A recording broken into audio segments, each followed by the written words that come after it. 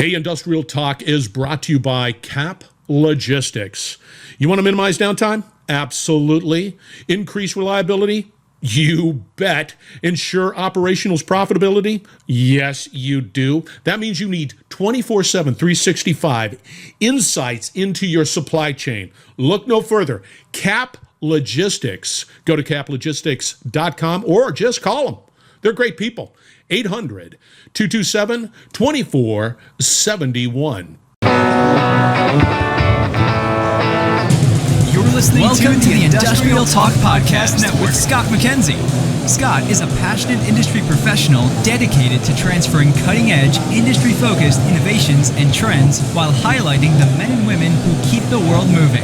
So put on your hard hat, grab your work boots, and let's go. All right, once again, welcome to Industrial Talk. Thank you very much for joining the #1 industrial-related podcast in the universe that celebrates you industry professionals all around the world.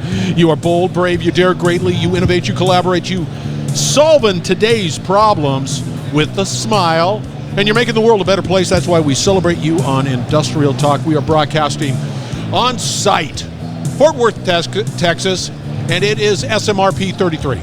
And it is a collection of problem solvers, incredible technology. But you know what the best part about SMRP? It's the people. It's the people that you want to connect with. And if you're in the world of asset management, reliability, maintenance, and anything in between technology, you got to ask yourself why you're not here. And then you're going to ask yourself, I need a budget for next year. So 2026, make it happen, Captain. He's a legend. Dun, dun, dun, dun, dun, dun. Kevin Clark is in the house in the hot seat. It's great. He's a great guy. Nanoprecise is the company. So let's get, it's technology, you can tell. All right, let's get cracking. Look at you. It's about time we get to connect again. It's about time. I feel like I was at the bottom of the list. Yeah, if you're lollygagging, and because Industrial Talk is quite the mover and shaker platform. You need to act with purpose. It is. I just expected somebody to sign me up, and apparently it just didn't happen. No. Here I am. Right, here you are. Here I am. Because you're filling in for somebody else. That's right. Lucky dog. Yep. Lucky person. Yeah, having a good conference? It's been a great conference. This has been a step change from 24. Step change. It's been. What do you mean? I don't understand. Well, there's a couple of statistics that I think is interesting. One is normally we would have around 130 vendors. We've got 220. Yeah. It's a massive difference. It's huge. Yeah. And I see more people. Yeah. It's amazing. Yeah, I think the other statistics, and this one hasn't come out yet, but I recognize it just because I've seen this list so many years, is that there are so many practitioners here. Like so many people that need to learn, so many people that want to figure out some solutions for their problems. And so while we do have more vendors here, I think the quality of the practitioners is also stepped up. Do you think we're in a renaissance? Could be. You know? Could be. Hey, there's Nancy. Like, right there. Of course. Yeah, now all of a sudden she shows up. Yeah, now she needs a slot. Now we're recording. now we're having a conversation, Nancy.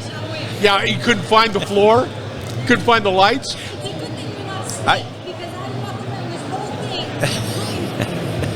Nancy, I came over here quickly and said I need a slot before Nancy gets here. He did. Yeah, I think we're in a renaissance. By the way, that's Nancy Reagan. She is a legend in RCM. There you go. She is. Give her a plug. She's the big one. She is. So she's. I think she's helping to transform the industry. I think she might be maybe part of that renaissance because she's bringing a different flavor to RCM. She's bringing a different kind of excitement to RCM. Yeah. Making it feel like it's not an old methodology. It's something that can be celebrated, and it also. The crazy thing is, it is an older methodology from back in the 60s, but with as the further technology goes, the more RCM makes sense. Why? It's a crazy dynamic because it's dependent upon data. It's dependent upon programmatic behaviors. right? And people are not good at programmatic behaviors. That's part of our reason for unsuccess in RCM. But when you start bringing technologies into the RCM space, and it gets more programmatic, it collects more data, it's going to get better. And I believe that's part of why RCM is starting to lift up even higher as a go-to methodology for improving maintenance. Why do we still have the same conversations? Sustaining the incredible gains that result from these practitioners, and then all of a sudden it goes the other way, and it just keeps ebbing and flowing. And do you think that the advent of the technology and the advent of the ability to collect data will help move that ball forward a little bit more productively? Yeah. So here's my perspective, Scott, is that the data that we're dealing with today, because we can often say things like our data quality is low or bad. Yeah.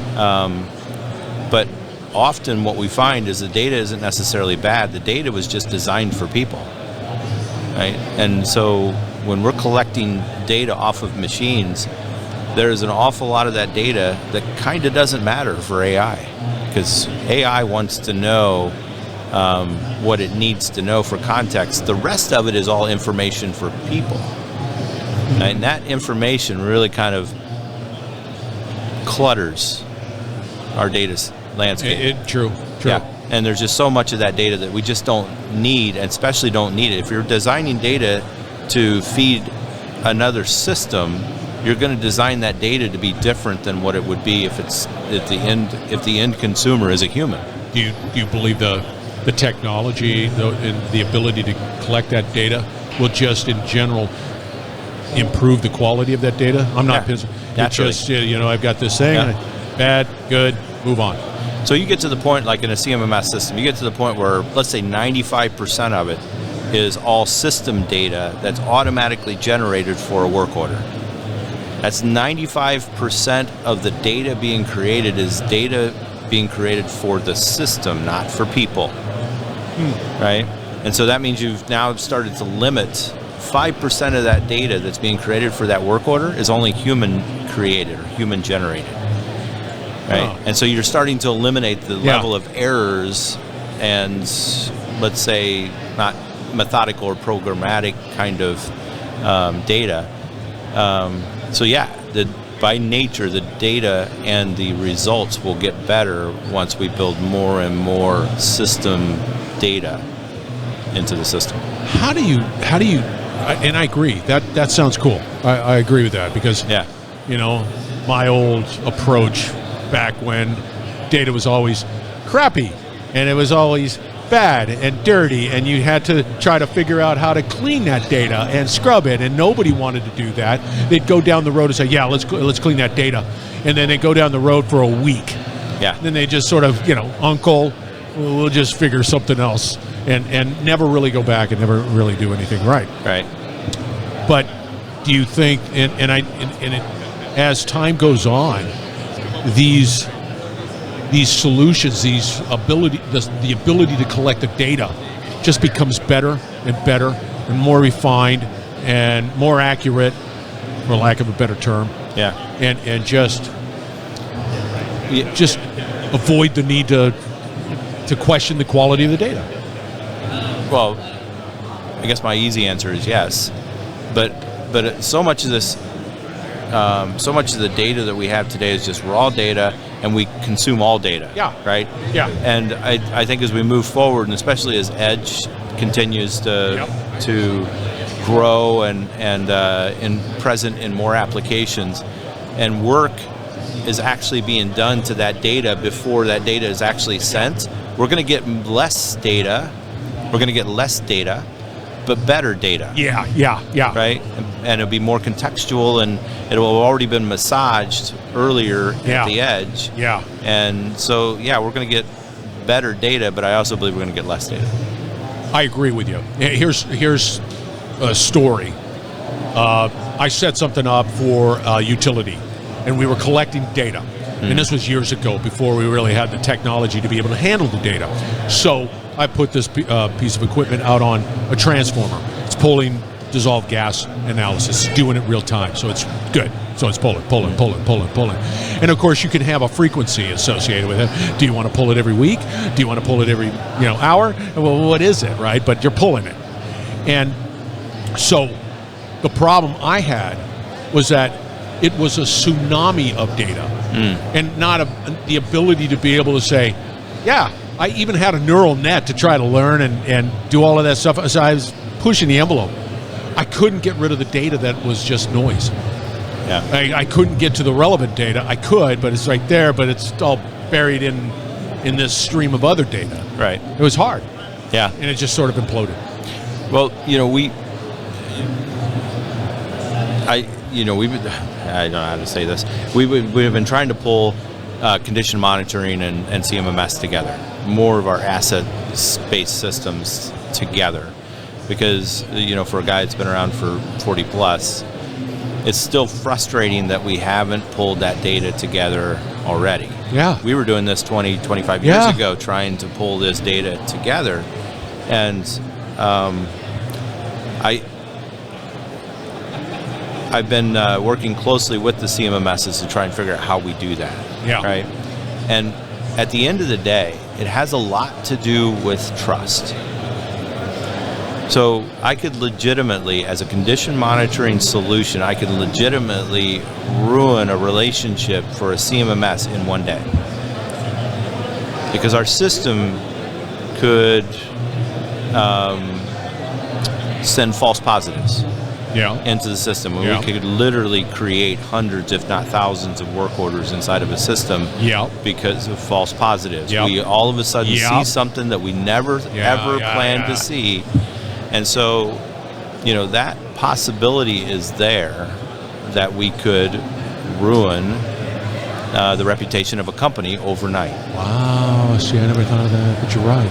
Yeah. And so we've been trying to find ways to eliminate that, and the way we do that is that we are monitoring all that data, both with people and with AI. Again, I agree with you, and I'm becoming more and more aware of the fact that AI is great as a tool, being able to sort of look at that data, normalize the data, get rid of the noise in the data, really sort of focus in on what is important. But before you lock and load, there's that human interface that I just can't see being eliminated. No. To just go all in with AI, being able to create the work order, to schedule that technician, to say get this and that, and I just don't see it. Well, Ramesh and I spoke together today, and we were talking about cultural shift, and it has a lot to do with AI, right? And that cultural shift is super sensitive.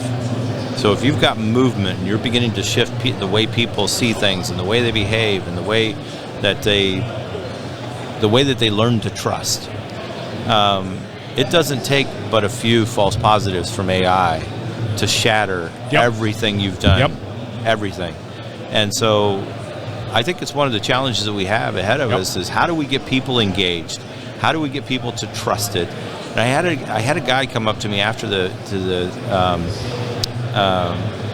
after we did our presentation, and he said, how do you use, that was his question to me, how do you use AI personally? He asked that to me. Okay.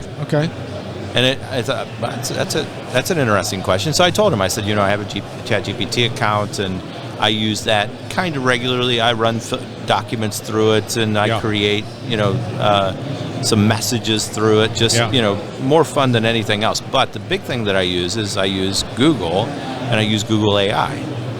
And he said, that's the perfect answer. And he said, here's my point. And this is always good when the member of the audience comes up and coaches you. Right. And he said, this is how I kind of judge people on whether they're qualified to make decisions in business about AI. And he said, if you don't use AI in your personal life, then you have no authority to be making decisions on how AI is used in a business. That's interesting. Yeah, it was I thought it was I'm all in. Yeah. I can see that. Right. Well, I mean, it absolutely makes sense. And I play the role of detractor, and I play a role of advocate, sometimes in the same sentence. Yeah. And I think that that's important for people to understand AI in that regard, so that they can do something similar, so that they can have a fairly objective view of AI. And that's how we begin to make change, is that people are looking at it critically, not negatively. Yeah, but there's always an element of fear. I'm all in. I use it personally. It's funny. It's sort of, I came to the conclusion that from a personal perspective, do I Google? How do I do something in Google, or do I just go to the AI? How do I and get that goes? So it's interesting. There's a shift saying, do I really need to go to Google, or just go to AI? Right. And so is there really a need for SEO, or just go to AI and let AI do the thing? And right. Because we're seeing that too. That's interesting. We're seeing that too when we have prospects that come to us and want to know more about the company. They generally know an awful lot. Yeah. I mean, all you got to do is get on Google AI and say, "Tell me about Nanoprecise." What's good about Nanoprecise? What's not great about Nanoprecise? Oh, and it will tell you. It'll list out, here's what I found, and then they put it out in a story format for you. Yeah. Right. Rather than if I just went and Google for Nanoprecise, then all I'm going to see is a list of things that look kind of like Nanoprecise. That's exactly correct. Isn't that something? Yeah. I think that there's going to be this is interesting. So as time goes on, you need to constantly feed that large language model, so that AI can draw from it and pull and get the information, do what it needs to do to get it right. But over time, everybody's just not feeding it with information. It's not. It's just. Then it goes into this. This is just me. I have no basis. I'm not you or Ramesh. But I think there's like this information starvation because it's stale. Mm-hmm. Then it starts to pull the same stuff. There's nothing unique or new. And that's why I always think like something like this where we're talking, transcribe it, that's real. That's real information. That adds to that large language model. Yeah, absolutely. Prove me wrong. Yeah. Because I had a colleague that all he wanted to do is change his oil, and he thought for kicks and giggles he was going to ask Google AI, what do I need to do to change my oil? And he gave it all the specifications, the exact model of the car, and what he needed to change. He even put in what type of oil that he normally uses, and he gave all that information to AI, and AI came back wrong. Wow. Yeah. And so that's the watch out. Wow. That's that trust. That's it. That's exactly right. Yeah. So you've got to be very careful about AI. There are times that I'm just blown away by how right it is, or how amazing it is, or the correlation that it made to something else that I've just never been able to do myself. Right. And then you hear something like that. Right. Like you give it everything and it comes back wrong. Yeah. See, I don't have an answer. I don't know why. The prompt should have been adequate. Yeah. The prompt should have been like, that's good. Something else out there skewed it. Yeah. Something else on the internet skewed it. Right. But don't you think eventually that'll all be worked out, or is it will publicly? I don't know that it ever will. Yeah, right. That's I think interesting. Publicly we'll have a tough time ever getting it to the point where you could just trust it, because if somebody can still post something out there that's completely wrong, intentionally completely wrong, it's going to be part of the query. It's going to be part of what it looks at. Now, it may be few enough that it'll filter it out. But you got an interesting. Are there nefarious individuals that are out there doing things that are wrong? I'm sure there are. Yeah. I mean, that's just fun. See? Right? It's just fun. Yeah, that's cool. Yeah, and the other thing about it too is if you do want to do things like that, where you want to skew the data on the internet, there are ways you can do it massively, like volumes of data going across multiple sites that you can place out there, and it becomes part of the queue for AI. One last, because I have to ask this question. So I had a conversation with the company we were talking about quantum computing, cybersecurity, protecting, assets, protecting technology from nefarious quantum computing actors.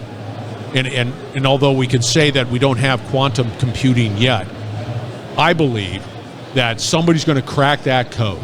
And just like ChatGPT, one day we didn't have it, the next day somebody says, we got it. And I think that quantum computing, whatever that is, the race will be on.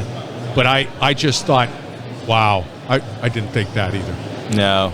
And it's crazy too. Like, Scott, you're talking out both sides of your mouth because basically you're encouraging everything to be online. You're encouraging everything to be available, even though you use the cybersecurity in that to protect it.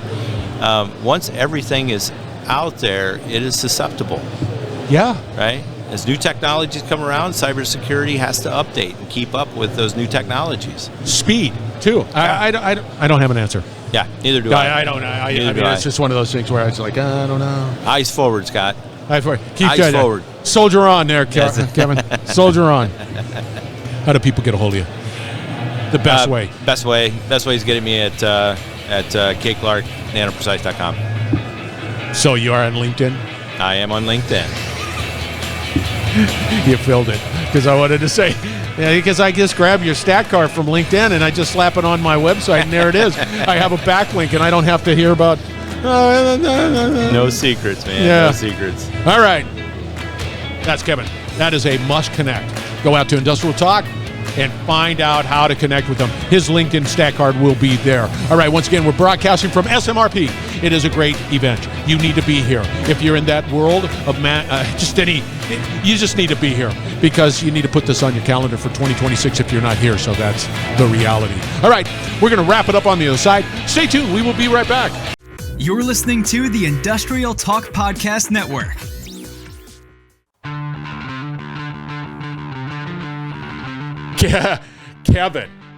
Kevin Clark, again. He just came in with a wheelbarrow full of insights and wisdom and came up to the studio at SMRP and just said, Scott, I got something to tell you, and just dumped that wheelbarrow full of insights at my feet and at your feet. He's incredible. If there's anybody that you need to connect with, he's got to be at the top of your list. Nanoprecise is the company. And again, right in the thick of it. It's just, it's data. We're talking data. Data's becoming the gold again. Well, it's been gold. It's even becoming more gold. It's platinum. How about that? It's platinum. All right. I want you to hang out with Kevin Clark because he's bold, brave, and he dares greatly. You do too.